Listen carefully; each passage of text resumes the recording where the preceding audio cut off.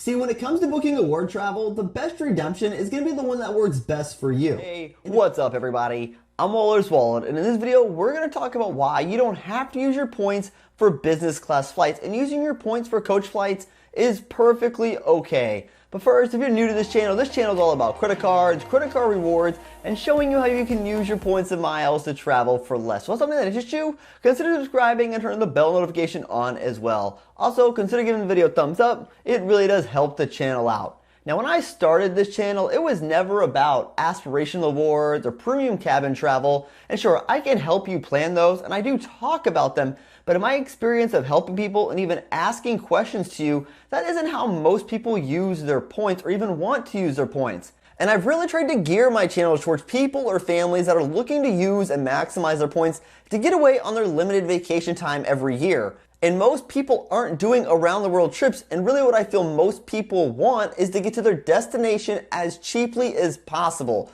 which is a long-winded way of saying most people are flying coach.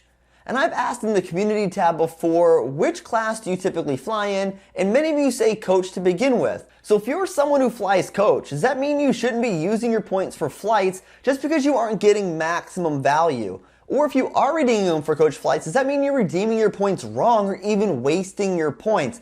Absolutely not. You can definitely use your points for coach flights, and honestly, I see nothing wrong with that. Are you going to be getting 5 cents per point for your travels? Probably not.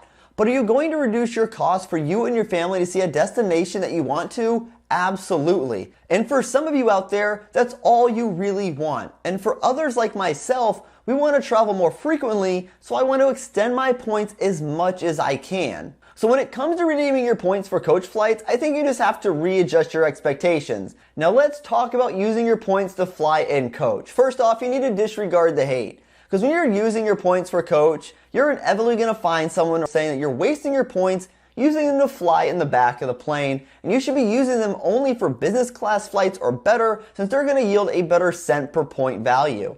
And just disregard those people, and really I just don't agree with it. Now don't get me wrong, I totally get the allure of flying in business class. It's nice, I've done it before, and I'll probably do it again for some super long haul flight. But it isn't the normal for me, nor do I really need or really want it that often. But to say you're wasting your points to travel in economy is just not true. Sure, you might not be as comfortable as that person sitting in business class, but you're still getting your destination at the same time as that person, and for some of you, including myself, that's really all that matters. So just ignore the hate from those people who think you're using your points wrong, because they're your points, and as long as you're happy with that redemption, that's really all that matters. Now let's talk about avoiding fuel surcharges. When you transfer your points to a program and make an award booking, you're going to pay taxes for that award flight. And those are going to vary depending on the program that you're using. Because when it comes to those redemptions, avoiding fuel surcharges to fly coach is even more important than avoiding them when flying business class.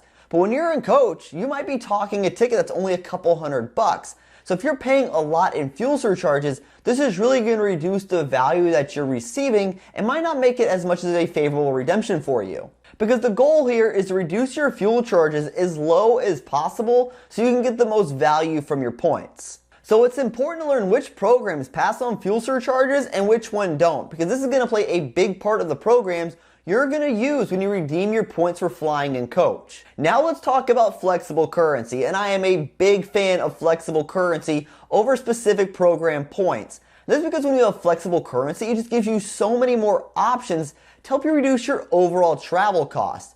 And this includes using some of those programs' transfer partners or even using their travel portals for cheaper cash fares to spend fewer points. But when you look at certain program benefits like stopovers and open jaws, then you can see that these can add extra value to your coach redemption and are definitely worth looking into. And if you can nest these itineraries together, they can help you out even more. Plus, earning flexible currency, it shields you from devaluation, and if you're earning points, really this is where you should be putting your efforts. Now let's talk about using the travel portals, because one thing you always want to do is compare the cash price to the number of points you would need if you were going to use a transfer partner to transfer your points to. Because when you redeem your points through a travel portal, you're essentially redeeming your flexible currency as a fixed value currency. And this is definitely going to depend on which credit cards you have. Because with cards like the Chase Sapphire Reserve or even the Altitude Reserve, getting 1.5 cents per point value is pretty solid return for economy flights. Even getting the 1.25 cents per point for the Chase Sapphire Preferred or the City Premier could be good for you as well. But like I said earlier, some people are not going to be okay with those redemption values because they might say you're just wasting your points using the travel portal and you want that higher cent per point value. But I've said it before, value is just all relative. So while redeeming your points through a travel portal means you won't be redeeming your points as highly as their potential value, you would be getting better value than transferring out to partners for that particular redemption. Because when you use a portal, you can use your points for the total cost, including taxes and fees, and you're also going to earn redeemable miles as well for future flights.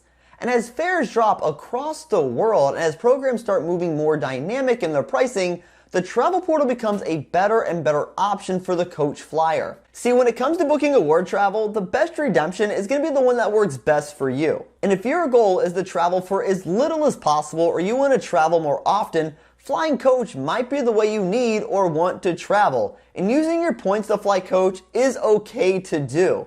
You want to be sure to learn the programs that are going to help you get the most value from your miles and always compare those to the portals for pricing because that just might be the better option for you than transferring out your points. So tell me, how do you use your points for traveling coach? Hey everyone, thanks for tuning in this video. If you want to support the channel, a simple way would be use the links on the website or in the description below. And until next time, safe travels and take care.